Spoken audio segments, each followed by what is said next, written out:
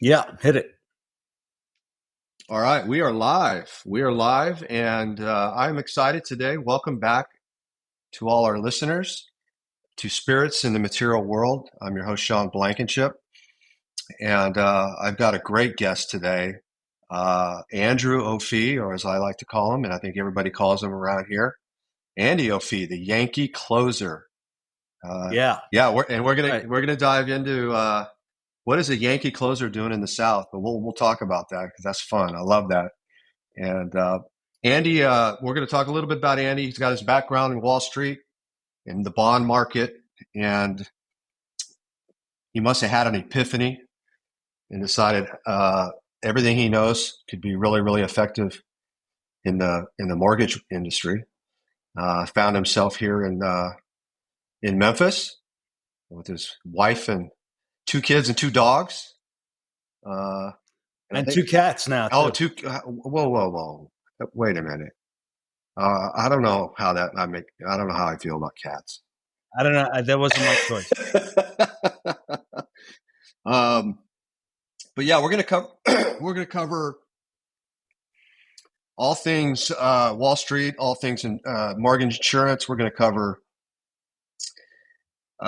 talk about baseball because and we're not gonna rub it in today, but my Dodgers may have Why not? won the World Series, but that's okay. We don't have to get too deep into that.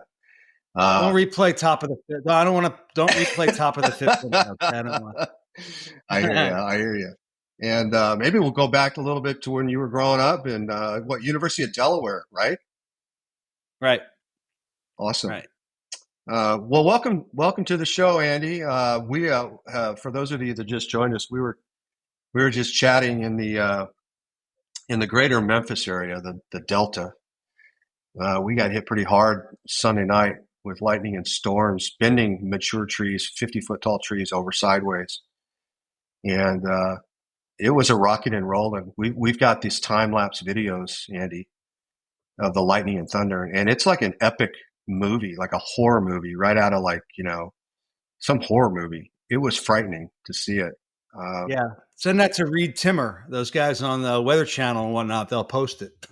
right, it's crazy, crazy. But Yeah. we're all sunny, and we're just cleaning up around here. How was it in the city? How was it in Germantown? It's funny. You look at the people in Germantown in our area. It's funny. It's like there's a corridor where nothing happens. It happened again yesterday too. They were calling for all this crazy weather, and the storms went north of us and south of us, and there was just a gap. Again, nothing. Right, So nothing. we had some storms a little bit on Sunday when you got it, but nothing other than just a decent thunderstorm with not a lot of heavy wind. So we dodged a bullet again in Germantown. Right, right. Well, that's all right. You guys have had your fair share over the years. Um, Yeah. and I saw AC/DC's concert in Nashville at the Titan Stadium, or I should call it the Nissan Stadium, was canceled. So I'm sure they got whatever was hitting us and started heading their way. Right. Um, Right. um, so Andy, let's start from when you were growing up. Where'd you grow up? Yeah. So I grew up in a town called Fort Lee, New Jersey. I don't know if Uh, there are any Saturday Night Live fans out there, but Rosanna Dana, she made Rosanna. Fort Lee famous. Fort Lee, New Jersey. She would do the newscast, and she put Fort Lee on the map, I guess. But we were on the map before that. It's located directly across from the George Washington Yeah. Bridge, which connects northern New Jersey to Interstate 95, and that is basically the gateway to the northern part of the United States. So when you go over the bridge, you're in the Bronx. And 95 takes you all the way up to Maine. And then you leave there, you can either come down and either take 95 south or Interstate 80 all the way across the country. So at the time, it was a place to live for a lot of people that were working in New York City because housing was relatively cheap at the time. And they started building high rises there on the Palisades, which overlooks the river. And it's infamous because this is where George Washington for those of you that remember the Revolutionary War, like I do, because I studied it so much up there, Washington, he made his great escape from the British as they came up the river, and it started in Fort Lee, the Great Retreat, all the way to Pennsylvania, where he crossed the Delaware, and that's where he defeated the Hessians, and that's the story from Fort Lee from the historical perspective. Wow. And they've got a historical park there, and so it's kind of a cool spot. Nobody really knows about it other than the George Washington Bridge, and then obviously it's directly across from New York City. So when you're looking over the Palisades, it's the northern half of New York City you see, but you could see the entire island. And, before 9/11, you were able to see the Trade Center and the Empire State Building. Now the skyline's changed completely. But so it was kind of a unique spot to live because it was completely suburban. And you think, wow, I'm 20 minutes away from Yankee Stadium, which we were, and great from the greatest city in the world. So it was kind of a really cool place to live for sure. Yeah. Well, I love that. I love New York City. When we lived in Madison, which is by Morristown, for those of you that know a little bit about New Jersey, it was great. We'd walk across the street, get on the train, and we could be in Madison Square Garden in like 20 minutes. Exactly. Never. We didn't drive into the city much. We did, the George Washington. I've done the George Washington, the Lincoln Tunnel. But that part of New Jersey, people think of people that don't know New Jersey, they think of like Newark and the Sopranos and that type of. But New Jersey is absolutely beautiful state. Yeah, and the Garden State. Yeah, right? it really is. Like you said, all they think about is Newark and Edison and Trenton, the capital, and those are the parts of the city that are like a little bit obviously like any other city. They've got their issues. Right. Our kids went to a soccer camp at West Point. Oh, wow. You want to talk about sitting over they have a restaurant, you're sitting over the river. I mean, it is just gorgeous, man. It is just so gorgeous. So that's cool. So you grew up in New Jersey, coffee. You still say coffee? Yeah. Exit 18E, in case for people joke about that. They want to know what exit you live off of the turnpike. So it was exit 18E. That's the truth. And if you missed your exit, you had to drive another 5 to 10 miles before you could get off and turn back around. Pretty much, yeah, exactly. Yeah, I love it. Or you're going to New York City on the bridge. They had a couple of bailouts there on the way over, but I don't know if that's probably changed. I haven't been up there in a long time, so it's been a minute. So, did you play sports when you were a kid? Yeah, so I was growing up. It's funny you say that because I have two boys. One's going to be 7, the other one's 5, and I try to tell them, how great my childhood was because in my neighborhood, there were anywhere between 7 to 11 kids that were all within 1 or 2 years of each other. We all went to the same elementary school. We all went to the same intermediate school. Most of us went to the same high school. So there was no, again, I'm not breaking any new news here, but we had outside activities whenever we could.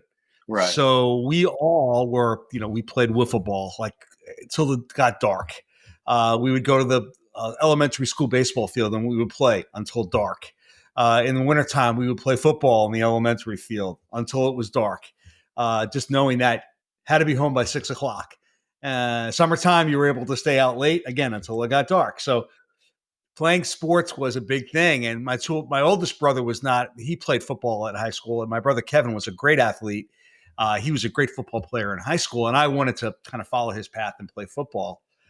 But he got hurt and my dad was like, you're not going to play, so pick another sport. So I picked baseball and I started playing baseball when I was, probably 5 or 6. And then I got Little League and it just progressed. And then all those kids that I had played with in the streets were on these teams and we were playing against each other. It was just, I look back and I smiled because it was just so awesome. The field was like a traditional Little League field and it was just fantastic. And when I got into high school, I had played through those years through summer. And in New Jersey, you don't play, now they play, how many games these kids play? They're 9, 10, 11 years old. They're playing 40 or 50 games. In Little League, we played 16 games and that was it. And the season was over. And then you progressed playing by yourself with your other teammates that you played with. Yeah. So High school was the same way because it got cold. We practiced in March and not warm. So we practiced and it was 25, 30 degrees out. And we would get in maybe 12 to 14 games for a season. And that was it. And if we made the local playoffs, we would continue to go on. But so baseball was the sport. And that's what I aspired to. I threw a ball all winter. And that was the sport, man. And Yeah, that's where I am today with sports, just kind of wanting to play it baseball. and watch my kids play it and having a catch. And yeah, it really is a great story for me growing up just because of the neighborhood we lived in. And it's sad because the kids these days, they don't have that opportunity. We live in a cove, right? And it would be ideal if there were 5 or 6 kids that lived in the cove because, it's a great spot to play stickball or play wiffle ball, but there's no kids. So it's really strange growing up now for these kids and what they missed. Right. I totally relate. I think we're from the same generation, and my Yeah. even with my boys growing up, we were in Skillman. I remember, which is just outside of Princeton.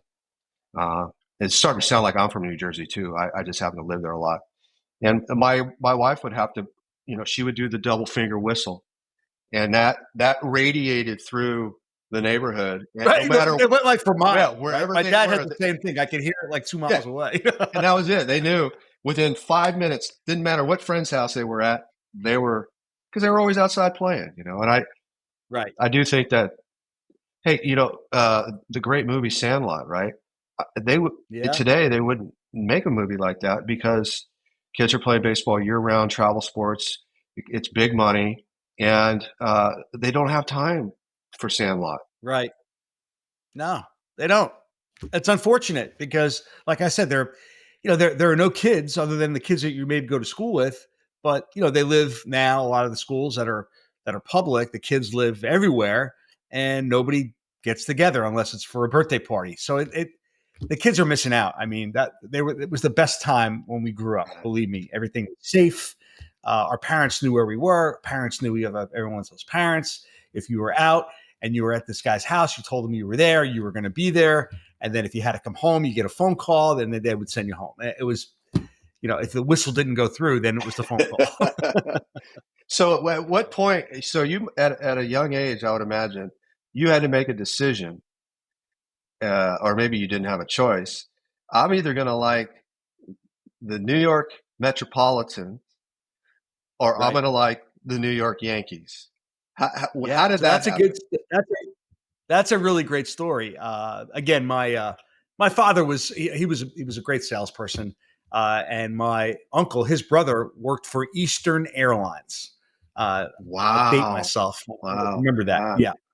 So he had a connection with Eastern at Shea Stadium, and growing up, I don't know whatever possessed my brother Kevin to like the Pittsburgh Pirates, other than maybe it was Roberto Clemente, but he loved the Pirates. So I couldn't like anything he liked. So the Yankees at the time were terrible. And the first baseball game I ever went to was the New York Mets. And we went and we sat in the luxury box and had dinner. I'll never forget Oh, it. I mean, I wow. had to Big wear a time. sport coat. And it was a doubleheader. And I got to see the time that Willie Mays was on the Mets. I got to see Willie Mays play when he was on the Mets, that 1 or 2 years that he was on the team. And they got to the World Series and they lost. But he was on the Mets. It was crazy. And I'll never forget that game. I mean, we were right there.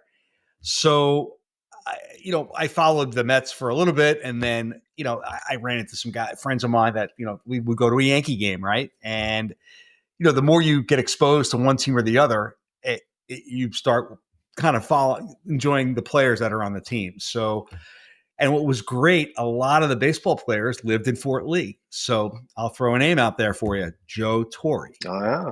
His daughter went to second grade with me, and he lived in a new build that was in Fort Lee. Nothing elaborate, but at the time he was playing for the Mets. So he lived in New Jersey, and I got to meet him a couple of times when I would go over to her house for a party. Lauren Torrey was her name.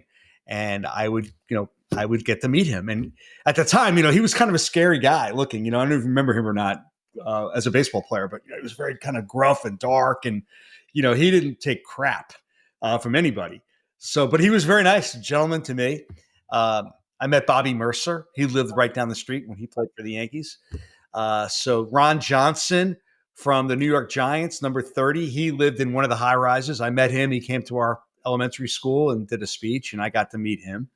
So it was kind of cool being around these guys. So, but the transition over to the Yankees really didn't start until I moved to New York City. And we'll get into that later because that's really a great story. When I moved into New York at the time, I was in college from 83 to 87. And those were Don Mattingly years when he was like the best player ever on the planet. And I started following him a lot. And then the next thing you know, you get into a rotisserie league and one thing falls into place. So I can't say I was completely loyal to the Mets, but I was to a degree because I hated everything my brother Kevin liked. as you should. Siblings yeah, are. exactly right. So, and it was the same thing with the Rangers and the Islanders. I couldn't enjoy the same thing that he did. So, to this day, he's a diehard Pirate fan, and he still loves the Rangers. So, right. So wow, you threw out some good names out. You're bringing back. Didn't Mercer? He was in a plane crash, right? Munson. Munson, that's right. I was mixing it up. Okay, but Mercer and Munson, they were good buddies. Okay, at the time, Mercer ended up doing. He did a lot of play-by-play for the Yankees too, and he had a great radio voice and TV voice when he was on the Yankees. It was great. He was really a phenomenal guy. He had that little twang. It was really amazing. So I'm going to probably get that. He was supposed to be Mantle's replacement, and he didn't really pan out to that. He was a good player, but he wasn't a great player. So I'm going to probably get the year wrong, but I'm going to take a guess at it. I think the year was 2005, and I went to a Yankees game, playoff game, and they were playing Boston. You'll probably correct me on this. It was at Yankee Stadium. It was at the original, right, Yankee Stadium where. The new one was opened in 2010. Yeah, and it was the house of Jeter. The house of Jeter. Jeter, yeah, that's what they call it. Well, the old I guess it's the old stadium had such character. And the train across the street. Here goes my memory now. We used to go to a pregame Stands. Thank you. I still have a T-shirt from Stands. Is that there, by the way, anymore? I think it is. Yeah. It was great. But and the stadium was great with the tunnels and everything that wrapped around the thing. Was there? Wait. Yeah. I'm trying to remember. Was there a cemetery in right field? Or am I making that up now? That's just the train. Okay. That's just the train going back. But anyways, the game itself, playoff game, Yankees, Boston. I don't know if it gets any better than that. I think. No. Yeah. Again, you're going to remember better than I do. But I think that's the series where Boston won 4 in a row. Yeah. Yankees were up 3-0. They just pounded them in Boston like 14-0, and they couldn't close it out. It was horrible. Yeah. I'm glad I was there. At the time, I was so glad I was living down here at the time. So I was so glad that I wasn't there. But we did get a little bit of retribution before that when, Aaron Boone hit the home run off Tim Wakefield to send them, to the next round, which was kind of cool. So, wow. But that series was brutal. I was so glad I wasn't in the city at that time because, oh boy, that wasn't good. No, it was, I didn't have a dog in the race, but a horse in the race, but it was memorable from that standpoint. Yeah. Wakefield, the old knuckleballer. That's right. He passed away too. He passed away a couple of years ago. He was a great guy. He was a great fan favorite for sure for the Red Sox. Yeah. Right on. Yeah. So high school, you left high school in Jersey and then you went down to Delaware? Fort Lee High School. Yeah. Public school all the way through. Okay. And then, I had aspirations to get to play college ball. And it's crazy. Delaware is a Division I school for baseball. And at the time they were offering some scholarship money. I didn't get any. I went down there and I talked to the coach, but He's like, come on and, try it on as a walk on. So I'm like, okay, I'll try it.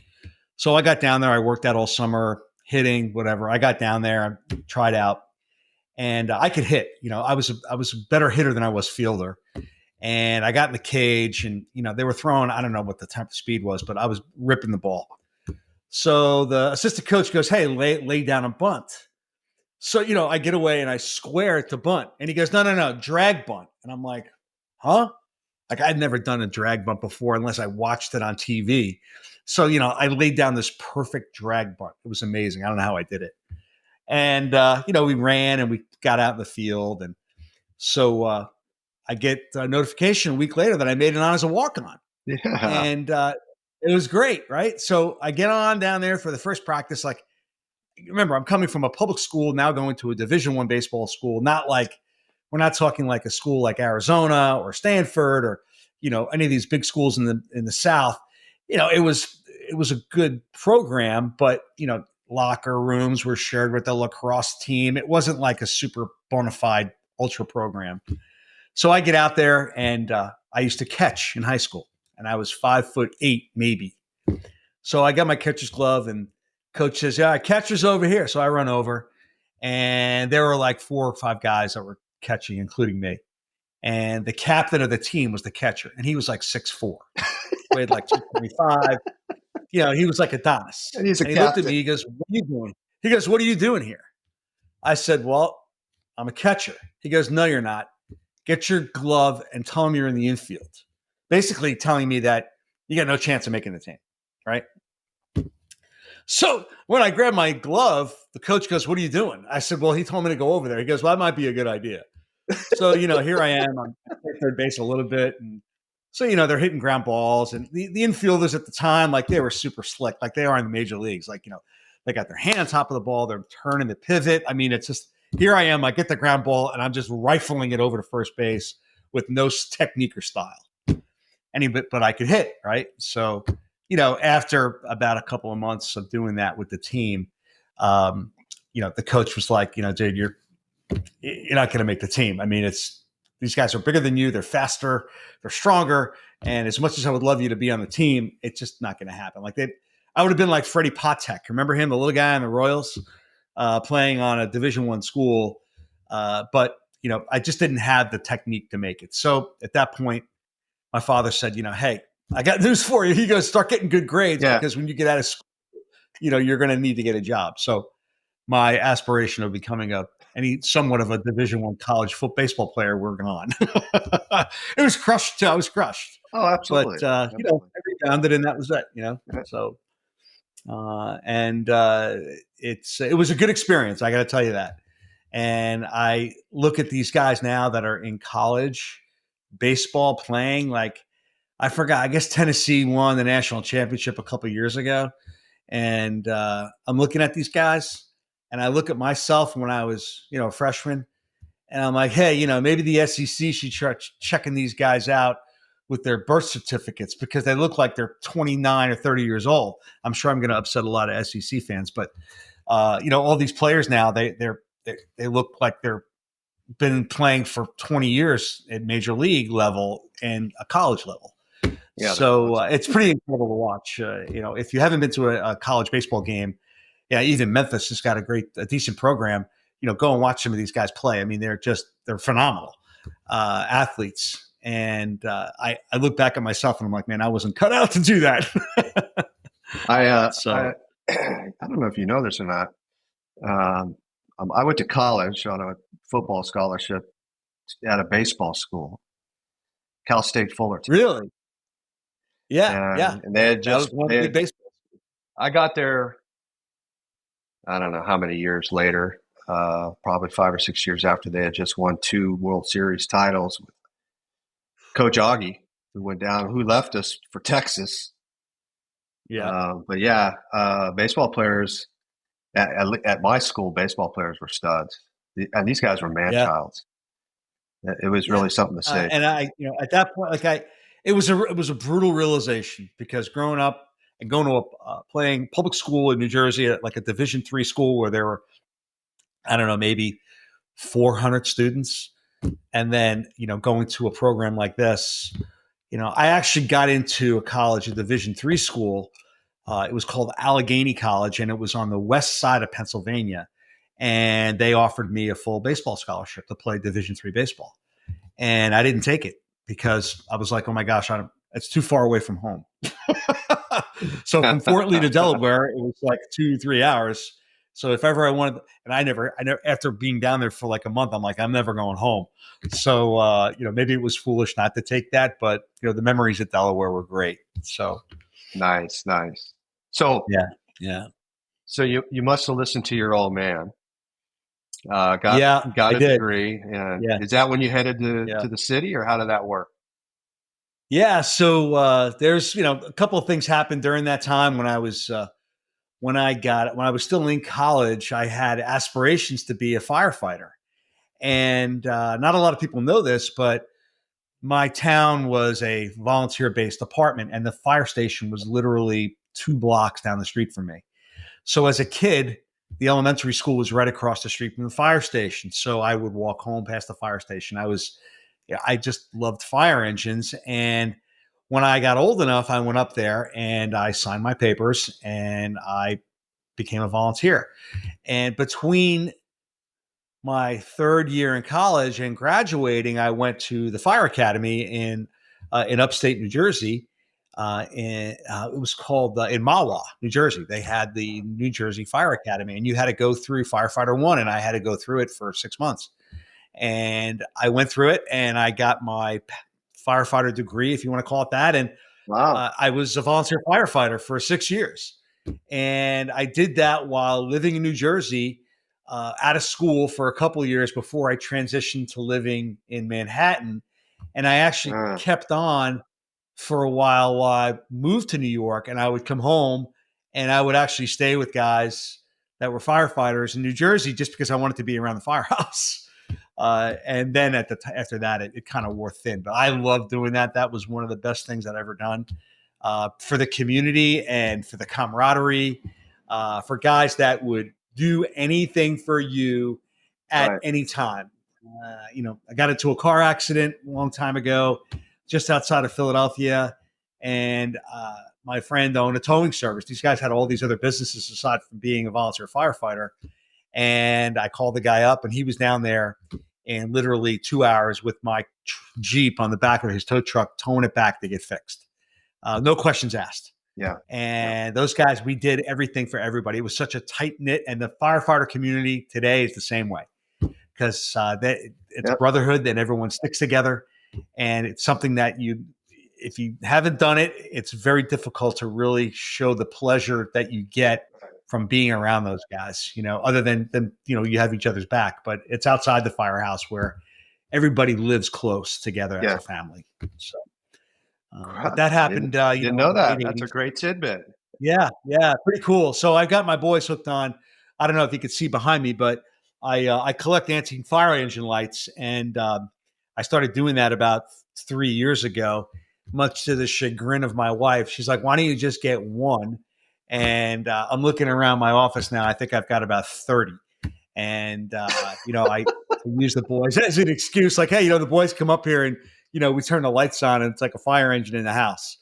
But really, it's for me when I want to turn them on. I love it. I love it. So, yeah, so the boys, Tate is not really into it, but Max is, and I take him to the Germantown fire station all the time, and he loves it. So, That's cool. Very cool. yeah, yeah, So you mentioned your boys. So you got Tate and Max. Tate is the oldest. He's 7. 7, right? And that's his middle name, by the way. His 7 name is Seven. Yes, the number, not the number, but spelled out. spelled out. And And that's because for of Derek Jeter. no, Mickey Mantle. Mickey Mickey Mantle. Mantle. Oh, okay. Mickey Okay. Mantle is number 7. And it also is kind of a little takeoff of Seinfeld when, if you watch Seinfeld, maybe there are people that'll watch this that understand. There was an episode called The Seven, and George Costanza told his fiancee that he wanted to name his children Seven because the widow Mantle said that he could have that name/number for his children. And it's a great episode. So I Awesome. told my wife, I said, I want to name him Seven after Mickey Mantle. And she's like, no way. I said, okay. So my sister-in-law, Rose, Caitlin was doing something. She came back to the bed within 48 hours of Tate being born, and she wrote his name, Tate, 7 spelled out Ophi, on a whiteboard in the in the room we were in. And she looked at it and she goes, "That's his name," and she signed the birth certificate. Wow. How about that? So That is so my cool. brother Kevin's like, "Well, he's probably going to get a beating in high school, like George's kids would have gotten." But we didn't name him Seven first. His first name is Tate. So whatever he does with it, it is what it is. But It is, it's yeah. just a kind of a fun thing to That's appreciate. awesome. I try to get him to watch some Mantle highlights, but I'll get him into that as he gets a little bit older. Yeah. Awesome. And Jeter's number 2. I misspoke on that. 2, yeah. 2, right. And Caitlin's your beautiful wife, who obviously, yes, I know. Yes, we've been married work. for 10 years. 10 years we've been married. Yeah. Awesome. And we had our marriage to start was a little rocky because right after we got married, I got diagnosed with cancer, and I had testicular cancer. You don't get that when you're in your 50s, unfortunately, but I did. And if you are a guy, if there's one thing you do get, if you're going to get cancer, it's that, because the protocols are, it's 99.9% curable. That's what Lance Armstrong had. And his was much more advanced than mine was. But, I had surgery, not to give TMI, but when, you do the surgery and then you have chemo, you've got, the stuff sterilizes the crap they put in you. So we had 2 IVF babies back to back within 19 months with no problem. So, Nice.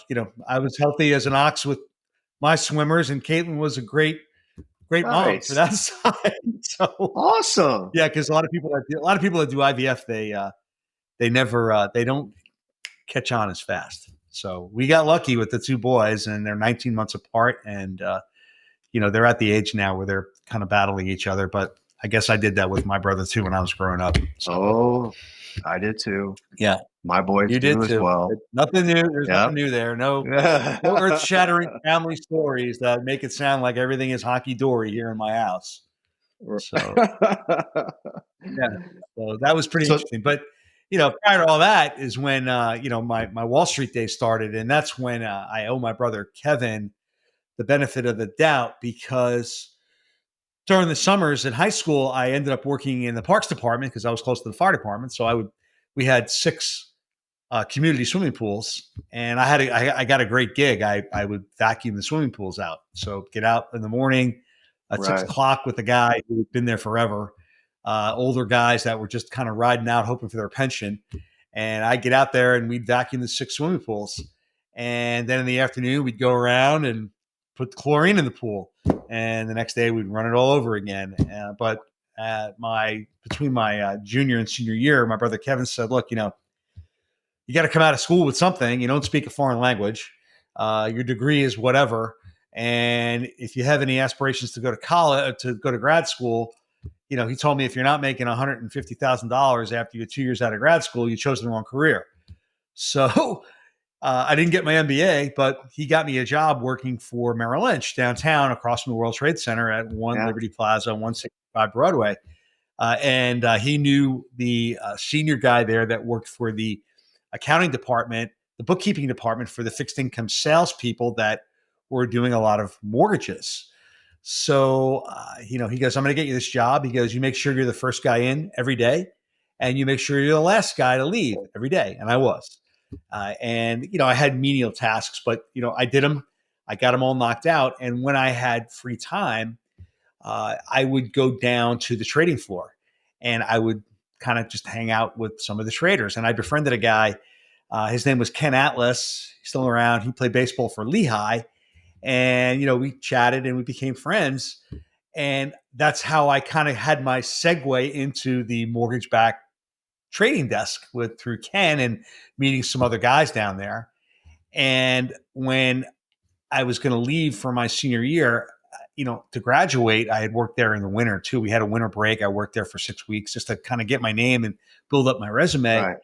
I had an interview set up 6 months before I graduated, and I had a job in operations lined up when I got out of college. Nice. So all my friends that were in the business school, like scrambling to get a job, and I'll never forget it. My job was I got $23,000 a year with overtime back in 1987, and that was like the greatest thing ever because Yeah. I had a job.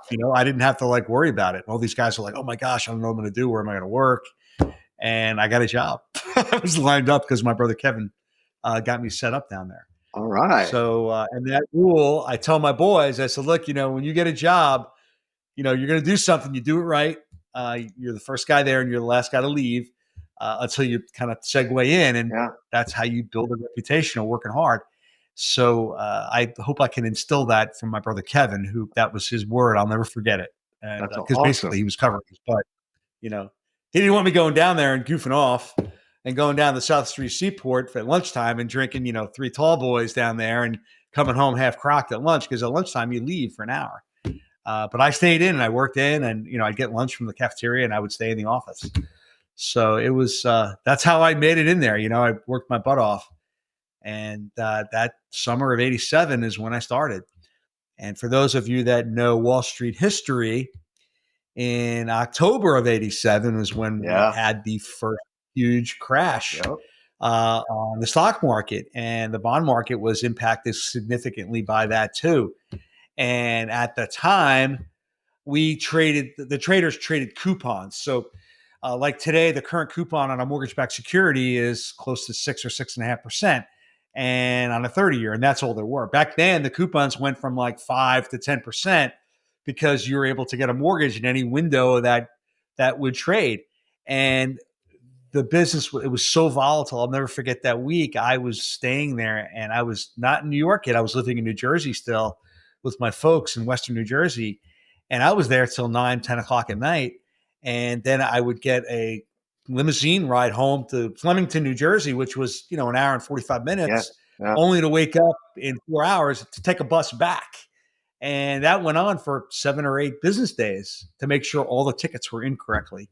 Wow. So, and that was good timing because I got moved down to the trading desk to sit with the traders to process the tickets as they were going in. And that was funny because like they would take a ticket, and I'll do it here on the screen, but they'd write the trade down and they'd fling it.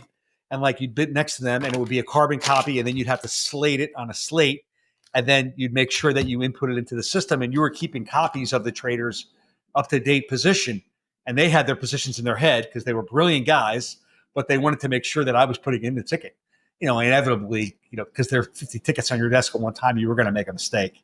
But you tried not to because you get reamed out if you did. So those were the days, man, when those tickets were flying. And yeah, so within a couple of years, though, that was when I made it in. And one of the junior guys got promoted to a middle level guy, and then a senior guy left, and then you go to a different company, and everyone kind of moved up the ladder. And again, I had befriended a lot of the guys that were on the desk. So at the time, Merrill Lynch was run by the quote unquote Irish mafia. All the guys, the head senior guys were Irish.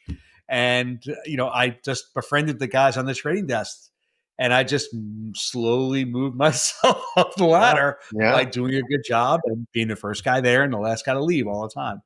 So it was actually really kind of an incredible thing because, there were guys when I left Merrill in 03, there were guys, one guy to my right went to MIT.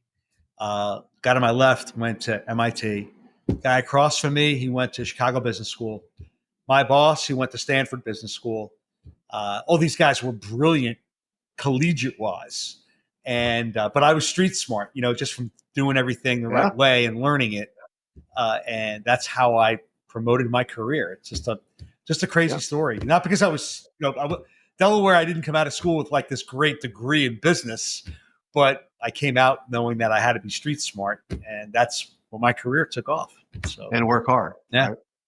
It's amazing, and work hard. Corporate America, how far you can, success can come from hard work and get a lot of common sense.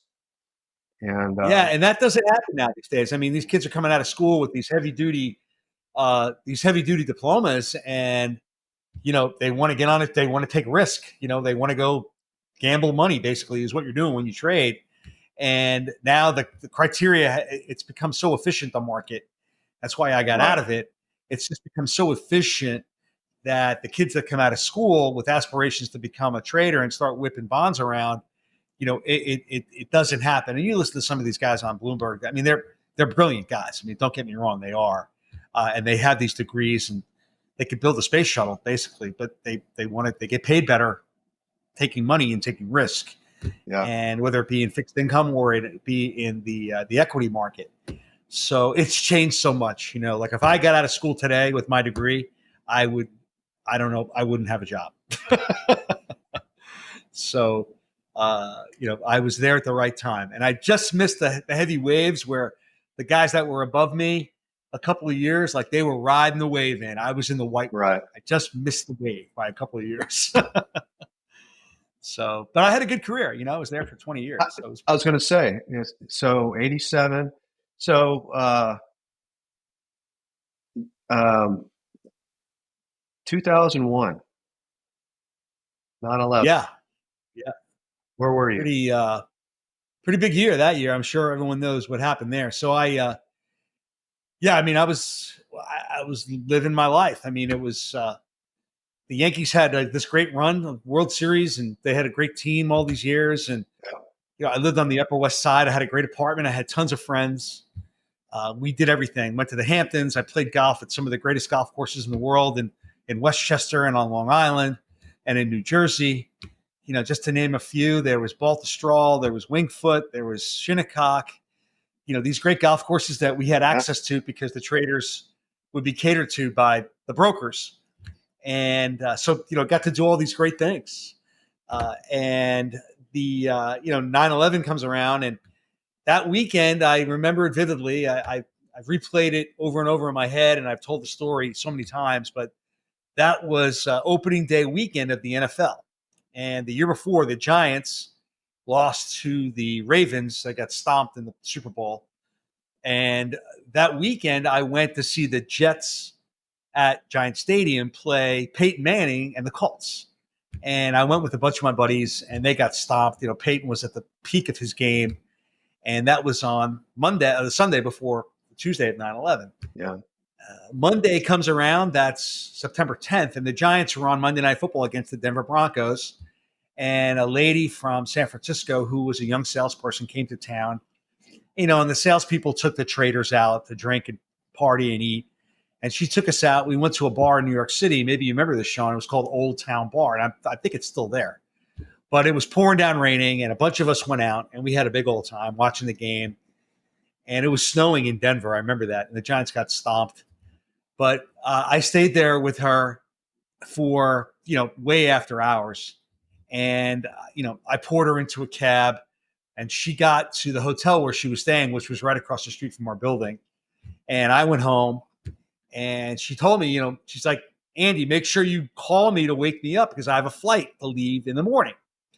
And I said, yeah, sure. So, I wake up. I'm not going to deny it. I was hungover as a bear. And I got to work, 7 o'clock, right on time. That's what you did. Shaking my head. That's how you did it. And, so getting ready to go, 7 o'clock, bacon, egg, and cheese sandwich, rock and roll. That's what we did. And all the other guys in the desk were feeling the same thing. And at, 8:46 is when the first plane hit. And I was there in 93 when they blew up the garage. I don't know if you remember that. I do. But that was a big event because that it made a sound that sounded exactly like the sound that it made when the first plane hit the North Tower. And I was like, oh no, here we go again. They try to blow up the garage. So I told my boss, look, I'm running outside. I got to see what's going on. Because they said it was a small airplane. And my buddies were on the 105th floor.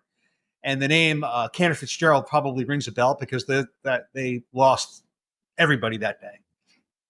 And 15 of my buddies who I'd known for 15 years were on that floor, on a 100th floor.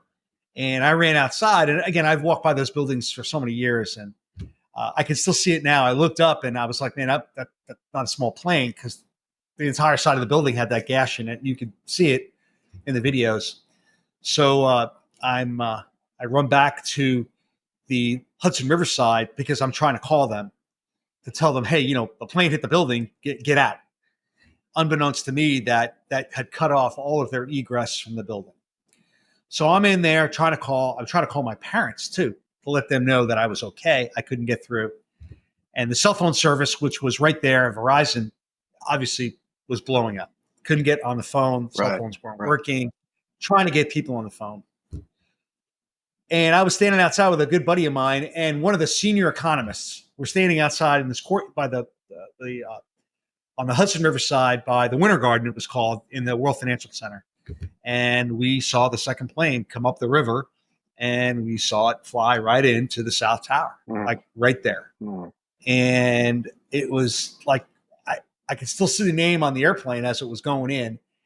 And it was weird because it was weird, Sean. Like I can remember it, but I don't remember hearing anything. Like maybe it was a low rumble, but you think of a plane flying into a building, you'd hear it. But it was almost like a concussion effect. So then, your fear runs into your body, and then you start running. So I ran like an idiot. Instead of running away, I ran back into my building with my friend and the economist because I didn't have my wallet. I had no money. I had no keys because I thought I was going to come outside, see what was going on, tell the guys to get out, small plane, blah, blah, blah. Well, I run back in, and we were on the 7th floor. I get to the 7th floor, and there was nobody there because the elevators they weren't running the elevators. So I get up on the 7th floor, and I get out. I'm sorry, the floor was still full. People were going down the stairwells. They were evacuating them down the stairwells. And I remember pushing through the 1,500 people that worked on the floor, and my boss grabbed me, and he goes, where do you think you're going? I said, I got to get my keys, dude. I don't have an ID. I don't have my wallet. And I went back to my desk, and I was the only person on the trading floor except one guy whose brother worked at Cantor, and he was trying to call him on the phone. We had these phones that you would touch the screen and it would ring the other side. And he was on the floor. They couldn't get through. And finally, the head of fixed income came and said, let's go. We're getting out. So we went out downstairs, and that's when everything started going kind of crazy. I was 6 blocks away from when the first tower came down, and I walked all the way home. I wasn't in the dust like everyone sees because a lot of those people were still trying to evacuate the area. But I was fortunate enough to get away where I wasn't close enough to be involved with that, but I was close enough to see it and hear it. So, that was the beginning of the end of my stay in New York City. I mean, it was just a traumatic thing. Some of the worst things I saw that day, not only were the plane, but the jumpers. I saw probably about, I don't remember the number, but I could probably tell you that 2 years ago, but it was probably anywhere between 10 to 15 people hitting the pavement. I was 5 or 6 blocks away. And that really left a pretty good scar on me, aside from the fact that you saw the plane, you saw the results, you see the buildings come down, your friends are gone. And, PTSD was pretty bad after that. So Memphis calls. Oh, man. Pretty, I laugh about it now because I have really adjusted to the trauma. I still have some episodes, but a couple, back in March of 2003 is when I moved down here. I got a job working for a broker dealer doing the same thing. And I left the Mecca of the world. I mean, you've been there, I'm sure, the World Trade Center. They built the World Financial Center. It was like the place to be, the center of the earth, as far as I was concerned. Wall Street, money making, anything you wanted, you could have right there. And capitalism all went away. It just went away. So I couldn't keep going back. They moved this back in December of 2001. And that was too soon because at the time, it took forever for them to disassemble the building that was still remaining. It was still burning. They were still pulling firefighters out. They were still in the recovery process. And, we had to get back to our building after being relocated to New Jersey for a couple of months in Hoboken, Jersey City. And we had to go through all these check mark places because it was a crime scene. They had to make sure you weren't going down there to do anything bad.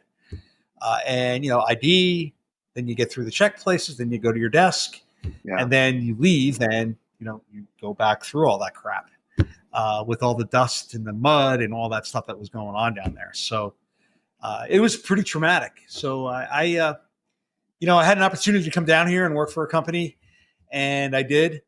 I did a little due diligence on them, but when you leave a New York City fixed income or fixed a company as big as Merrill Lynch and come down here to work for a broker dealer in Memphis. It was a huge adjustment that I couldn't fit in. The arrogant New York quote unquote a-hole who knew everything at the time just didn't fit in. And I lasted at this first company for about 8 months. And then I transitioned to a couple other jobs down here because, getting back to Wall Street was kind of like, you leave and you get blackballed, which is really kind of weird, but it's true. Can't get back. So I stayed down here working a couple of jobs, but it worked out great because I met my wife. And back in 07 and 08, the housing market imploded. So here I am now originating loans that I started in 09 after the housing market exploded, because back then guys were doing mortgages the bad way. Come in on a napkin and tell your loan officer how much money you make, as I'm sure people are aware of, and say how much income you make, and you're buying $1 million house on $100,000 a year income. And, you put you into an adjustable rate mortgage and your payment's low for a couple of years, then rates go higher. And that's what happened in a nutshell. So, now I'm originating loans with Rob Crump, who's a well-known guy in Memphis, if you know the name. So, oh yeah. So, well, I can't imagine the experience, obviously, that you went through, and within a short period of time, you found yourself down here in Memphis, and then another financial crash, if you will. It's funny too, because I remember. My father's like, hey, Andy, you're a survivor. That's it, right? And I remember exactly where I was on 9/11, and I remember like yesterday, 2008, 2007, because it kind of started.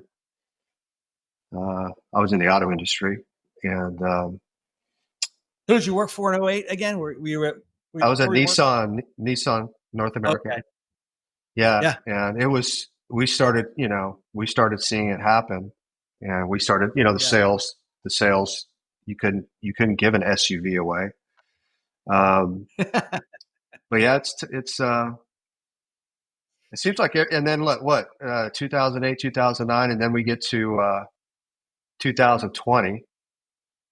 So it just seems like every 10 years there's going to be something that seems some catastrophe. I'm hoping that's not, going to happen again, because here we are after that certain time frame that you would think that we'd see some sort of correction in the housing market, which I think is somewhat inevitable, not to the degree where we had it back then.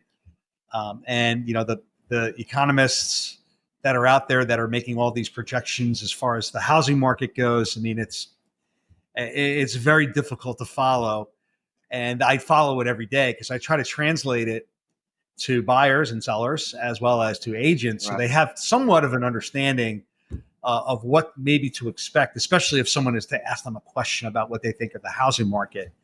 And one of the things I learned on Wall Street was that you always have an opinion. It doesn't have to be always right, and hopefully it's not always wrong, but having an opinion allows you to show that you have knowledge of what you're doing. Right. And that like I said, you want to be more right than wrong, but at least, back up your information with statistics or knowledge of what's going on in the market.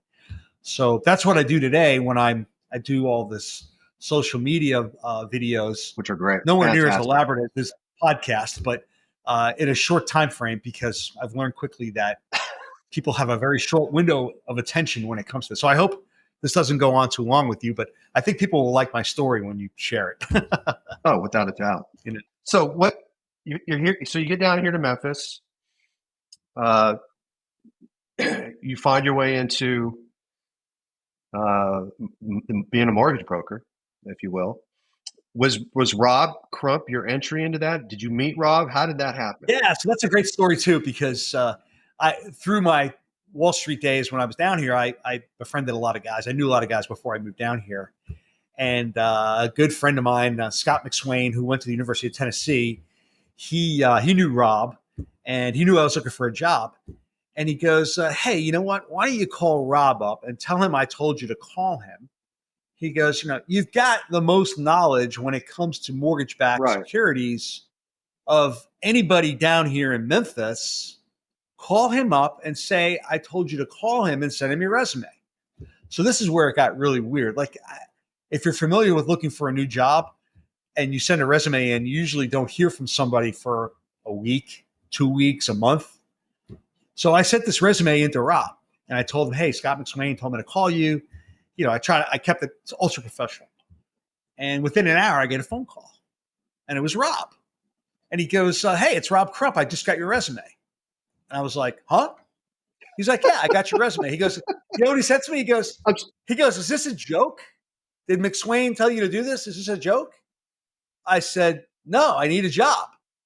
And he goes, you're kidding, right? And I said, no, I'm not. I need a job. He goes, well, you're too overqualified. And I said, well, I'll tell you what, Rob, you tell me what to do and I'll make you money. And he goes, okay, you're on. Come in tomorrow for an interview. So this is all within 24 hours. So I went in and I sat down with him and I had a more rigorous interview with Rob Crump than I did with the head of back office operations at Merrill Lynch when I started. He had me interview for 4 or 5 hours. Some of the questions he asked, I mean, it was his name and his company. He wanted to make sure he was hiring the right guy. It wasn't a big business and he wanted to make sure it was the right thing. And at the time, it doesn't happen every day. No, it doesn't, right? Just kind of bizarre. Right. And I think what helped push me over the edge, and this is a true story too, is that his wife was downstairs in our office and she was having a trunk sale. Like I'd never seen one of those before, but she was kind of a well-known lady in the Memphis area. And I went down and Rob introduced me to her. And I'll never forget, I reached out and I shook her hand and I went in there and I gave her a real firm handshake. And not that I broke her fingers or anything, but it was a firm guy handshake to a woman. Yeah. And that night, Rob called me up and he goes, my wife likes you because you shook her hand like a man.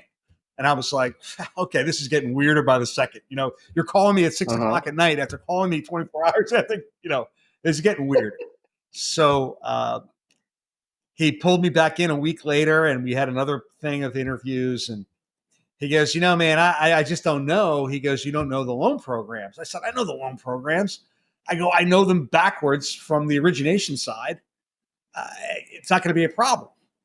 So he called at the time we just had gotten partnered with Community Mortgage in Cordova. And he called the CFO up. And the CFO said to Rob, because you're out of your mind, he has no experience.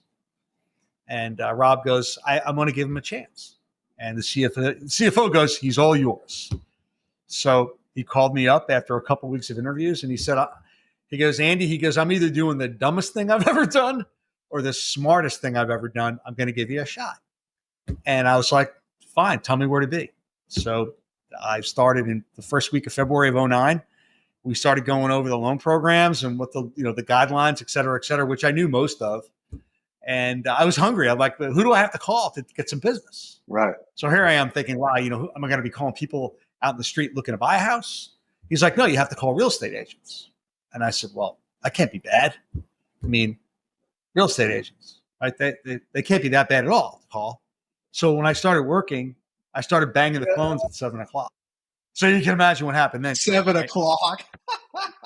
What the hell are you doing calling me at 7 o'clock? Who the hell is this? I'm still in bed. Don't call me back. And this was the big bailout. Just send me some of your loan programs. That's how they got me off the phone. I said, no, I'm not, because everyone apparently offers the same stuff, but I'm kind of a different pedigree. Maybe we could sit down and talk, or maybe I could pick up this phone call with you this afternoon. And I pushed. And so then I obviously changed my technique of calling at 7. I started calling it closer to 10 and 2 in the afternoon. And that started working. But I still do some business with agents that I called that morning, those early morning phone calls. That's awesome. And they joke about it. Andy, you called me up. You woke me out of bed that Monday morning and la la la la la. So, within a couple of years, I was out producing Rob. So congratulations. He was very happy with that. He admitted. Right. You proved him. He made a Hey, good you know decision. what? It was a smart move. Right. You It was. made a smart move. And yeah, so then the whole thing I'm figuring out. I'm doing a lot of research on how to get business, and I'm looking at the competitors down here. There are a lot of bigger companies here. Rob and Community were some of the smaller ones. Some of the banks were pretty decent sized, but they weren't doing anything to market. Like they weren't doing anything I'm going to call a realtor up and ask for a referral, but I felt obliged to give them back something. And when I first started, I tried to reinvent the wheel. Like, how do I get a buyer to call me first? It's like, it's like when you go into a car dealership, you smell the leather in the car. And the first thing the salesperson comes over, he goes, "Man, you look good in that car." He goes, and you're like, "Man, I do." You get out, he goes, "I want it." Well, let's talk to the finance guy. It's the same thing with a house now. And even more so today with the internet having the ability to look at homes before you know what you can afford. Right. And I've tried everything. And the agents that send me business, I've explained that to them. Like, I don't get phone calls. People are not coming into my office to apply for a loan first. It just doesn't happen. So, when I started, I met a lady who said, you got to come up with a blogging or a vlogging page. So she's like, you got to come up with a call sign, and I'm like, a call sign, like whatever. She's like, well, you're a Yankee and you close loans. So why don't you be the Yankee closer? And I was like, wow, okay. That sounds pretty catchy. Wow. So I went to, this is true story. So we went I would to, have bet money you came up with that. no, I didn't. Somebody, She did. yeah, that I is kid you not. awesome. I did not. All right. Stephanie Barrett, and I'll give her a shout out. Yeah. She came up with it. And then we went to, I forgot the domain name place that you go to buy the domains. And I'm thinking, boy, Mariano Rivera, the Yankee closer, Hall of Famer, he's got to have that website. He didn't. So I bought all of them. The Yankee Closer, Andy O'Fee, Yankee Closer. So I have rights to all of them. And he never called me to buy one, unfortunately. Otherwise, I wouldn't be here. So Right. So that's how it started. And when I told Rob what I was going to do, he being a structured Southerner was like, buddy, I don't know if that's a good idea. Yeah. And I said, well, why? I can see that. He goes, because a lot of these agents that are older are, from the South, and some of them don't like Northerners. And I mean, like, I said to him, like, oh, like, you mean like I'm a carpetbagger? I said, I knew all the terms, right? And I said to him, I go, hey, you know what? If they don't want to do business with me, that's their loss. They can continue slogging along, doing what they're doing. And so that's just been a kind of a funny thing with Rob and I about that.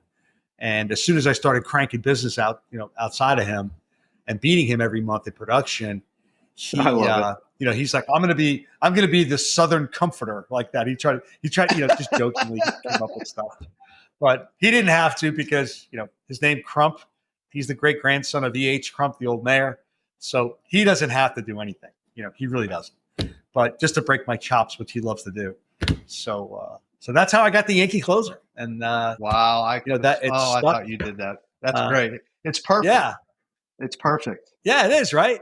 Some people have their names like the home loan team or whatever it is, right. The mortgage lady or whatever it is, but it doesn't define you as the person, as far as I'm concerned. Those names are fine. Don't get me wrong, but I've got one, and it's funny. Like now, Caitlin and I were out shopping once, and I closed a loan for a Memphis police officer, I don't know, 5 or 6 years ago. And we were out shopping, and I saw him, and he was coming at me. And he goes, yo, Andy O'Fee, the Yankee closer. Yeah. Caitlin's like, oh, boy, I love it. Yeah. That's great. Well, that's the industry. So you've been in financial, whether it's been Wall Street or whether it's now been in the mortgage. You've seen all the way through. And your videos, just for those listening, your little video nuggets are awesome, and we share them in my company. We share them. Your website's still the Yankee Closer or yankeecloser.com, right? That's right. For people that want to. Yeah. So I I get some traction on the website, not a lot, but it's Social. it's between social media with TikTok and Facebook and Instagram and YouTube where I post a lot of the stuff. I'm not anywhere near the number of followers that some of these mortgage guys have that are on there that, they have a marketing team that helps promote them. But my job is to promote myself in our little bubble here in Western Tennessee and promote myself here as much as possible because that's where I get my business. So that's awesome. And yeah, the team of Community Mortgage and Crump is not a small deal anymore. I mean, I think they do the most transactions in our area, if I'm not mistaken. right. So we have we have the most personnel. It's been around for a long time. Yep. So Rob joined them in 2007. Rob was in business since 1987, and he was funding the loans. He just stopped. He couldn't do it anymore. He just didn't want to do it anymore. So if you think about Crump Mortgage and Community Mortgage, so there's a clarification on what it is. We are one and the same. I use the analogy of when Merrill Lynch went under back in the big crisis back in 2010. And Bank of America ended up buying Merrill Lynch because of all their investment advisors that were all across the world. So I think of it that way, like Bank of America owns Crump. Community Mortgage, we clear through Community Mortgage as Crump Mortgage, all in the same. So, well, you do a great job. Yeah, and we have a great company. I like to promote myself, but the reason that I do so much business is because of my process, and it's the people that I push really hard, and that some people don't like, but I do because that's just where I'm from. I expect perfection and timeliness. And like I said, the process is what agents and customers want. They want to know that they are going to close on a closing date because that's what it is. It's a closing date. And I don't miss closing dates. I mean, I just don't. I don't know how other lenders do. I don't get it, but they do. And I just don't miss them because not only is it my paycheck, it's the agent's paycheck, but it's also a relationship that we have fostered through the referral to me that I want to make sure that the agent knows that we did a good job so they can continue sending me business. So, but if you can figure out a way for me to get business on how to get buyers first, you let me know. I know. Well, I know that there's some entities in the world of consolidation these days in our business that are trying to lock that up. We won't get into that right now. I think one of the things that I would say you're known for is when you say your buyers is approved for a loan, they're approved. You're going to get it done, and I think that means so much to not just your clients but the realtors in the marketplace to know that if somebody has Andy behind them and Andy says the loan's it's good, it's going to be good. That's right. Yeah. So it's so funny though, like, like the process sells itself, but I go like to another degree that I don't know that other lenders do. First of all, the market has become so commoditized. And I did a video about this a week and a half ago because I'm just awestruck about the fact that it's all transactional right now. Everyone wants to close inside of 20 days. Everyone wants to get in their house. They want to close, boom, boom, boom, boom, boom. And I get that. But for me, like, I don't want it to be a transactional process with somebody unless it has to be fast and they're out of town. Right. I want to get down to know the person so that in 5 years, when they go to sell their house, just like an agent would, but as the lender, I want them to come back to me. And ironically enough, I just closed a deal with a gal that closed on a new house in Piperton, and she bought a condo downtown with me 5 years ago. And she called me first person. You did a great job back then. I want to do business with you again. And that's because at the time I made sure that I was going that extra degree to get away from it being transactional. And you mentioned some of these bigger companies right now. That's exactly what they're doing. And I think it takes away from a buyer that really wants to have that relationship. Now, some people, younger folks, they just assume, boom, do it online and tell me if I'm approved, and boom, let's just roll. And that I get that. That's okay. I can do that too. But for most of them that are buying their first home with millions of questions, it's so important. Yeah. And when the agents hear that I do that, they're like, man, why am I sending business to over here? I should be sending them to you. Right. So that I like that. I think that sets me apart from a lot of other people that are in the industry that takes the time to build that relationship and take it Yeah. away from being a transaction, So, I saw but something today. anyway, I think it was this morning from NAR Research, and I'm probably not going to be exact on the percentages, but it has the same effect. It said in America today, households that have an income of $78,000 a year can mhm, only afford 22% of the listings on the market. And if you move that number up, I think they moved it up to, let's say the household has $100,000. They're able to afford 37% right, of the listings in America. right, And right, and we could dig into that, but that speaks. When I got married to Dawn, who you know, um, we couldn't rub two nickels together. If we didn't make $40,000 together when we both had jobs, and we right. bought a $110,000 condominium with 13 or 14% interest rates. I mean, we were, it's crazy to think how things have changed. But if somebody's making Yeah, $100,000 and what is available to them is only 37% of all the listings in America, that's a credible yep, statistic.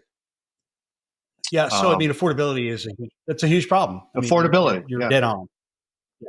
And I think what people miss out on that, there's a lot of clickbait going on out there right now about home prices and incomes not keeping track with home prices.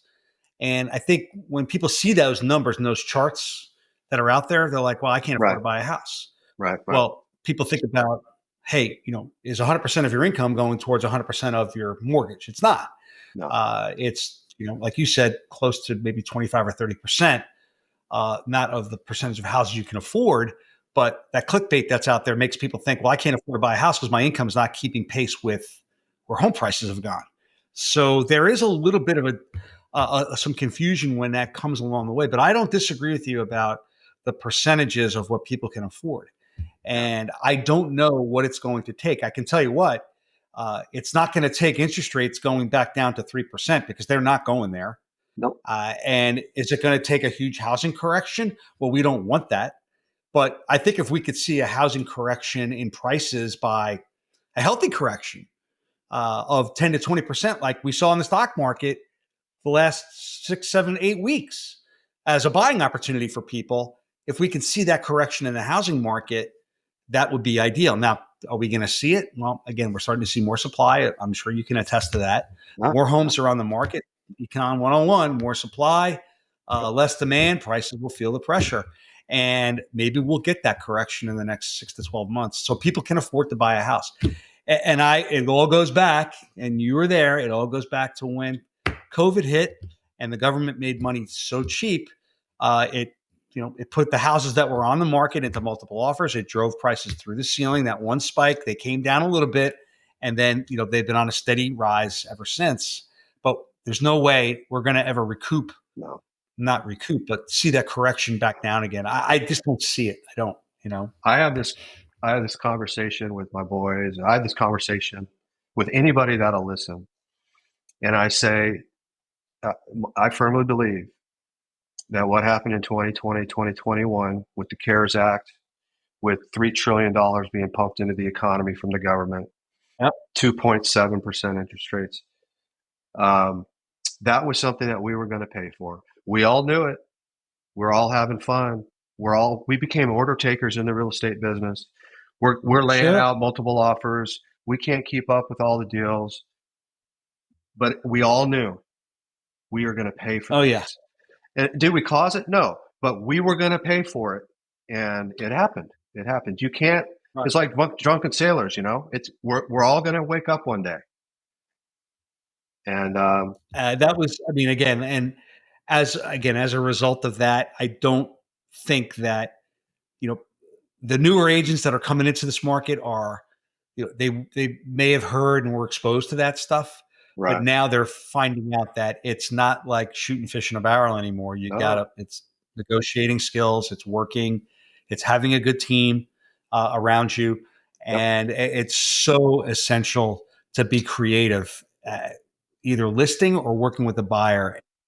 Getting someone to the across the finish line as much as you can. It's so funny. People talk to me about, there was a period of time where I kind of beat the pavement about people that rent versus buying and the benefits of it financially.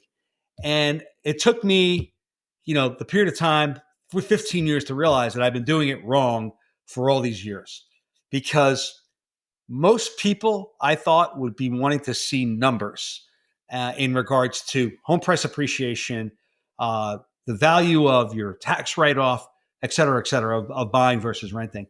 And it took me that long a period of time to realize that it's not a financial decision that people are making to buy a house. And I know you guys go through Ninja, and I believe Yeah. that may have been touched on in classes because somebody mentioned it to me the other day. But it's an emotional decision to buy a house. And it touched me also when I closed a loan last week with a couple that's just going to have a baby. And I just asked them, I said, hey, what drove you to buy a house? Like, we want to put our feet in the ground. We want to start a family, and this is where we want to live. Mhm. And this is where we want to start. And I was like, man, I've been doing it so wrong for so many years by being the guy, and telling them, hey, this is the way you got to look at it. Instead of saying, hey, I'm an advocate for you. If you ask me, is it a good time to buy a house? I'm going to tell you, I don't know. You tell me. What's making you want to buy a house? If you want to talk financials, we can, but this is an emotional decision right now. Don't worry about mortgage rate. That's optional. Don't talk about the mortgage. We could talk about the payment for sure, but your emotions and your gratification of getting into your own home. And, I said, having an office where I could put, 30 fire engine lights in and call it my own. You know what I'm saying? That's You all didn't comes have you back didn't to have a that, right? choice. She made you keep them in there. I, Those well, were never okay, not going well, to leave I there. didn't have a choice. Yeah, I didn't have a choice. I didn't tell you that my office is like 200 feet off of my house, like somewhere in the backyard. No, I'm only kidding. Exactly. But so no, but seriously, that was an eye opener for me. And so now I'm telling people, like, look, I'm your buyer's advocate.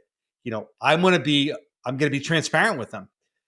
I'm not going to force Yeah. feed numbers down their throat, because it doesn't work. I can't tell you how many scenarios I've run, how many I've shared. Like, it doesn't work. The numbers could be true. You're making a projection as far as where home prices are going to go, and here I am talking to you that we need a correction. So I'm not being an advocate of your buyer. If you're going to buy a house now, are home prices going to go up 25% in 5 years? I don't think so. But if you're buying a house right now because you're emotionally attached to having something that's your own, hey, then you've sold yourself, and I'll help you get there with the finances. But it was really an eye-opening experience for me. I was walking through my neighborhood and I did the video, and I'm like, oh my gosh, like I can't believe I've been doing this for so long, telling people that way. So if you're listening, understand that a house is an emotional decision, whatever it is, and you want that room, you want that yard, you want that garage, you want that area, you want that school. You want something you're going to start a family with, and that's the whole point of home ownership. It's you got guys that are dinosaurs in the Right. industry, and I don't Right. need to mention any names, but they're continuing to push the benefits of home ownership financially, and you got to get away. It's not a financial decision. We could look at it 5 years from now and say, wow, that was a good financial decision. But the get go for people is the emotional side of it that gets them into a house when they're ready. Yeah. So, um, Yeah. I think really, just we've all suffered. Generations have suffered through seeing so many financial, um, so much financial trauma in the last 20 years, if you will, that right. look, at the end of the day, well, I do think what you're saying needs to be discussed and emphasized more, because it's a dream to own a home, and to have the protection, to have your family at the dinner table, to have the conversations, to grow the kids up, whatever the deal is, um, it's still a dream. And if you look around the world, we're we're far better off and have the opportunities that so many people don't have, to sit and overanalyze it. And I mean, when somebody says, "Is it a good time to buy or is it a good time to sell?" The funny thing is, the answer is always going to be yes, because it just depends on what makes you happy right now. Now, some people have to Right. look. We do a lot of relocation, corporate relocation. Some people have to move. So there are those Right. situations. There's always going to be a healthy 20% or whatever. I lived it. I moved 15, 16. This is probably my 17th move where I am now. Wow. I think in the corporate world, I moved 13 times, 14 times. And the boys were in 10th grade one year when we moved. So it wasn't like Wow. he just moved. And I laugh because I don't remember going, I wonder what the interest rates are. It didn't really matter. Yeah, I mean, you made the payment work, right? I mean, you just made it Yeah, you work, just, and and I think a lot of people, we talk about the younger generation. Um, you don't have to have a 3,500 square foot house to start with. You don't have no, to. Maybe you're not living in Germantown as your first house. You know what I mean? Maybe we ought to just right. reflect a little bit on what our expectations are. Um, but that's easy for me to say. I've moved down the road a little bit, but um, I call that I have a conversation with buyers that this is your dream conversation. yeah, You know, ideal versus optimal. right, And that conversation, you have to have it, because if you're not setting those expectations up right away, like you said, that they'll be humiliated, right. and they'll understand that, wow, I need to readjust where I'm looking.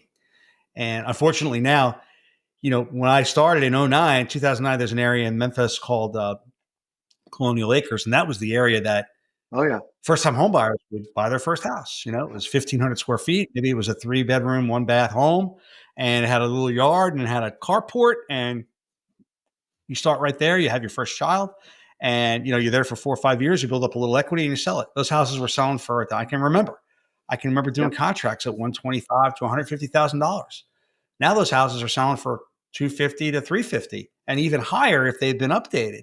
So even that area now, that would be the ideal home, safe area in Memphis. You still have to pay for it. It's so funny. I think about this. Like, if you went to Chevy last year and priced a Chevy Tahoe loaded, you'd get a price, right? If you went there this year and priced the same model for a new model year, the price is higher. Like, car prices don't decline. It's the new norm, I think, that we are in. And I think that is a result also, I mean, from, again, the COVID era, but I think the housing market has been in that same kind of ride. And it's just a matter of how much higher, faster they can go. And like I said, this area of Memphis, it's an amazing, amazing spot because of the different areas where you could buy a house. You could buy a $2 million house in East Memphis and drive a half a mile down the street into an area where you could buy a $250,000 house. mhm, And the breakdown of the demographics of this area are really unique. And I think that shows up everywhere nationally. And I think you're starting to see more people move here. Now, crime is one thing. I mean, I know they blow that out of proportion on the news, but it is what it is. Any big city is going to have that. Ours kind of gets covered a little bit more. It's unfortunate that things do happen, but I Memphis is great. I mean, I just you just don't go to certain areas in Memphis. I mean, that's just it. It's just like in New York. You never walk past 96th Street at midnight when you're living on the West Side. I mean, you just didn't do that. right. So it's just I'm all in on Memphis. I mean, I live in Germantown, but it's Memphis is our home Right. base, and the people that are looking, it's just you gotta push it away from all the negativity that's out there. So Are you starting to feel? Is your pipeline building up? Are you starting to see pre-approvals? Is it getting? yeah, so we've good. I have. I didn't. The Yankees had a good weekend series against the Mets, but I didn't have a good series. I went 0 for 4 Oh, with okay. offers with qualified borrowers on listings that they wanted to buy, and one of them, ironically enough, was multiple offer, 7 offers on a house in Germantown. 7. So I took the offer this weekend, which I wasn't happy with. Oh, oh, But the good news is that those buyers aren't going anywhere. They're qualified. They're ready to buy. It's just that they got to find the house that they matter of want time. again and start the whole search again, right? So So that's the challenge. I want to, and we don't have to talk about this if it's an emotional topic, but we are, as you know, my company is we're the exclusive real estate company for St. Jude, and it's near and dear to Yeah, our heart. We spend a lot of time working with St. Jude, having meetings and events with St. Jude. It's just it is the world's greatest gift to Memphis. That we have St. Jude right here in our backyard, and I know that you and Caitlin and Max, the family, have spent some time there in the last couple of years, and we've had Max come to our awards banquet. yeah, We've celebrated Max. Um, yeah. I just can't imagine what you guys have been through. But tell us a little bit about St. Jude and the experience that you've had. Yeah. So I mean, our health issues that we've had as a family. I have cancer. Yeah, Caitlin has 2 very, very difficult pregnancies. Tate is born with a defective heart valve, Lebanon, open heart surgery when he was 2. Max diagnosed with a very rare form of cancer, Langerhans cell histiocytosis, when he was 3. Uh, 1 full year of transiting back and forth to St. Jude, yeah, 30 minutes away. I mean, how crazy is that, right? I mean, I had heard of St. Jude, the golf tournament. All I knew is that I'd never wanted to have to go there. And now we're put in that place in March of 23. And we spent the better time of that year going down there back and forth, whether he has a fever, you got to go down there. yeah, Something is wrong with his motor skills, you got to go back down there. Anything that would trigger something that would let us believe that something was going on back again with the cancer.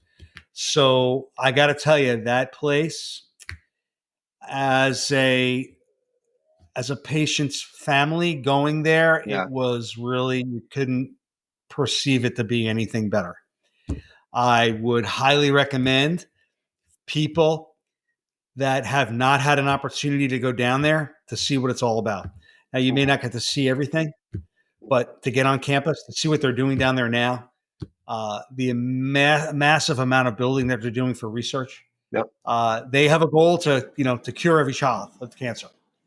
And if you have not had an opportunity to get down there and go on a tour, because I know they're opening them up again, make your donations accordingly to that facility. That money is going to the right place for children, and you don't like to see kids get sick. I mean, I went through it with Tate, and that was brutal. And then a full year of nonstop with Max, in hopes that whatever he had would go away. Now, thank God that in March he had his first set of scans, and he came back negative. So he'll be doing that for 5 wonderful, straight years. I think has come back. So wonderful, it was pretty amazing. But it reminded me again of when we first started again, because now you get the MRIs, you wait, and then you wait, and then you wait, and then you get the phone call, and then you get the 10-page report of what is going on with the portions of his body where the cancer was. And then I'm like, just tell me, is it good or not good? I mean, I don't need to read right, all, but it all came back clear. So that's good. So we have to monitor it. And, but he's a happy, he'll be too young. He's too young to hopefully remember it, but he's been great. I mean, that's no wonderful, complaints. We've had our moments of of where he gets upset with stuff, but not because of cancer. And he talks about, going down there because, whatever he wanted, he got. So, but if you haven't had a chance to go there, I recommend, if you have an opportunity, to take up that advantage and do it. Yeah. Or again, a pitch to St. Jude. Do what you can. I am donating a portion of my commission for St. Jude employees that relocate to the area that do along with me, and I Wonderful. donate in their name. So we're doing everything we can to give back to them, for all the time that they've spent with us. And fantastic. It's incredible, really, what they do down there. Because again, there are families that are not well off financially. Some of them, I know, they couldn't afford the treatment that they're getting. Not at all. And gosh knows, I don't know what ours was financially, number wise, but I didn't pay a dime. So it was just, and we're here, right? I mean, we're right here. You've been down there several times, and that's the vibe. It's right here, but if you don't have to go there with as a kid, it's great, but go there to appreciate the fact that it's there and understand what families go through. Right. To show just how fortunate you are to have healthy children, And to your point, and people don't realize that the families don't pay a dime for anything. No, they don't. And they are constantly building new facilities because, again, some of the treatments, like we had outpatient and we're 30 minutes away, right? So we go down there, we eat, we leave, we come home. But, for people that were forced to be down there for a period of time, I think people don't realize that St. Jude is not a quote unquote hospital. So it's a research facility that does have areas for patients that are terminal or that are very ill, where they do have hospital beds. But the kids that are going down there are getting their treatments, and then they have facilities for people to stay. I mean, they just opened up a family commons there while we were there, where they have this amazing music room. They have an amazing art room. You could go there and little girls can get their hair cut, boys get their hair cut, girls can get their nails done. They have an area where if parents are just flat out exhausted, they have these sleeping cubicles where you could go in and crash for an hour in total silence in the family commons that they just built. The cafeteria the food's phenomenal. And I know they're going to be enhancing that and making it bigger because of all the employees that they're bringing on board. So the families that stay there, they have a great place to stay. And they know that they wake up in the morning, they bring their food to their room, they eat, they wake up, they get their food, and they get their treatment, and they live like they're living. It's not home, but it's the next best thing. Right. So that's wonderful. Congratulations to you, to Max, to Caitlin. Everybody. Yeah, I mean, he's a trooper. I'd have him up here, but he'd bogart the camera from me, so I don't want to get him up here. So he's a trooper, and his brother and he have been really good. They've been really good support for each other when he was going through a lot of that. Now they're battling, fantastic. But it's okay, So that's fantastic. But anyway, yeah. Well, what else, Andy? I mean, we covered a lot of ground here. Yeah, I mean, I got to tell you. So it's funny. I'm not a quote unquote foodie, but we do like to eat, and as much as I'm trying to break away from the McDonald's string that we're on for Happy Meals, that we do like to go out to eat occasionally. And I've been when I first got down here, I was completely underwhelmed. Like I wasn't a big barbecue fan up there, but I've grown to like it, I guess. But so now that the city as a whole is really turned around as far as the food that's available to eat. And, they've opened up so many great places to go and eat right now. And if you're coming here and you're listening to this, it's not all barbecue. I mean, they've got some really great places to go out and eat now, particularly downtown, which, I like to support because, that's Memphis, right? But even in the outskirts in some of these towns like Germantown and Collierville, some of these places that are being built, Wiseacre is here, brewery. They make great beer. And they're just some really amazing places to go. Do you have a favorite place that you like to, when you come to town, to sit down and chow down? Or, I know I have one kind of a little off the radar, but I have a habit because of my office. I have it, as you know, I have an office on Poplar in East Memphis, and right next to Fleming's. But across the street, behind the Chick-fil-A, is Las Tortugas, and Yes. Very good. I just have a habit. It's probably from my Southern California days of Mexican food, but I love going there for lunch.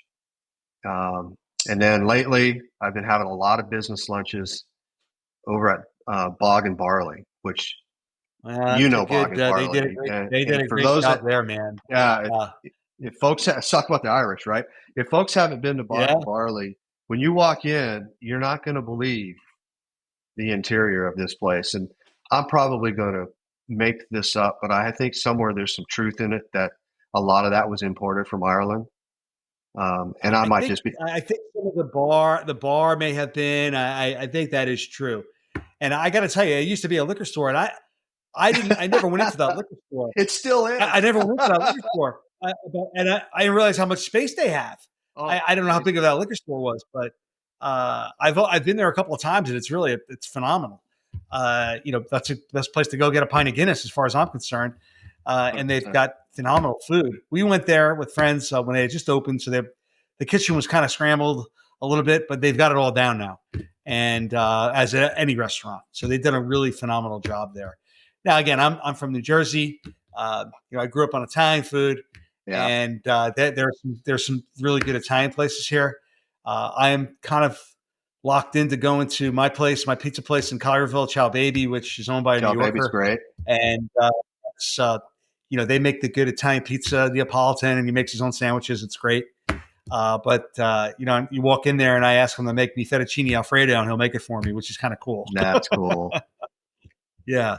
So, Awesome. but there's some I'm not that foodie guy, but we like to go out and eat, and it's really what they've done locally. And I don't even know. I mean, I know Felicia Suzanne's just opened up a new place downtown on Main Street. That was one of our favorite places to go eat too. Before we had the boys, but they've done some amazing things down there. So if you're a Memphian and you're living here and you're listening to this, you got to go down and check out some of the restaurants on Main Street when you can. Felicia, Go down and have a drink. it, You know, Felicia's, so she's incredible. I got to yeah. know her because a, uh, a neighbor that way, um, uh, he has a wonderful Christmas party every year. And she comes in, she brings the food, she makes the food, she's the caterer for the event. Oh And man, that was the like first time I got to meet her. yeah, And it's just an amazing event. And I've seen her here and there. And I can't wait to get up to check out her restaurant. I believe it just opened like a month ago. yeah. So she did it right. She took her time. From what I heard, a friend of mine just knows her through the conversation. But she did it right. I mean, she took her time getting it together because she closed her other place down. She Yeah. wasn't doing anything for I don't know, maybe a year. That other place was in a good spot too. It was over there by the old Madison Hotel, which was a really good spot right there on Main Street. But I think she probably outgrew that spot, and she did it right. She took her time, and she's got it really. She's got it going down there. We actually had our wedding reception at the. Oh gosh, I forgot the name of the restaurant. It's an old movie theater down there that they trans.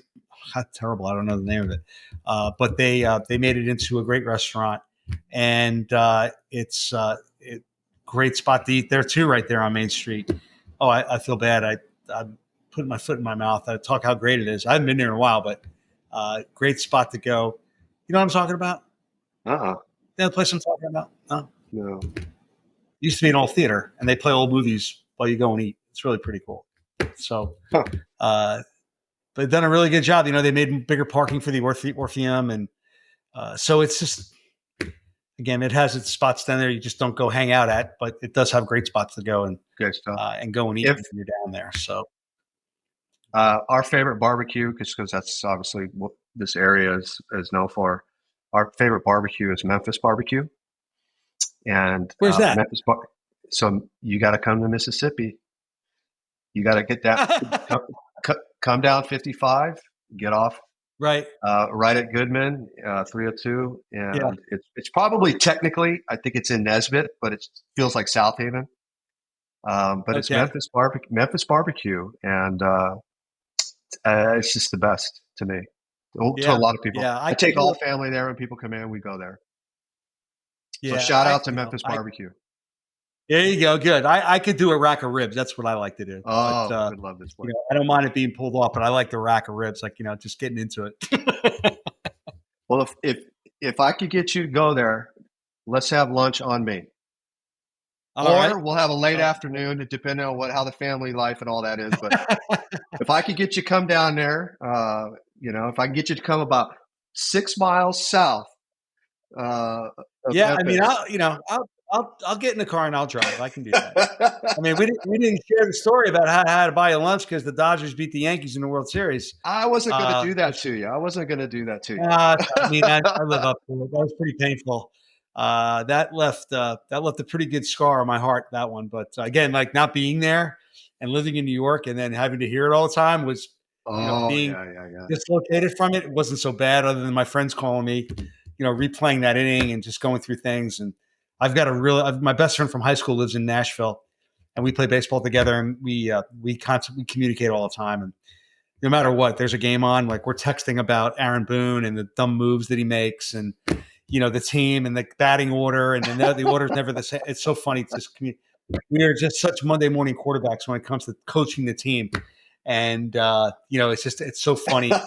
And when that went down, like he called me. He actually called. We don't talk. We text, and when he actually called me, and he was just like, oh my gosh, like he thought that if we win that game, they win the series, and like that game was the killer right there. So Yeah. but Well, I felt, anyway, it's been a good year. We're having a good year of baseball. yeah, yeah. Let's see what happens as we get further down the summer. Let's see what happens. Maybe we'll have another bet going on. Yeah, you know what?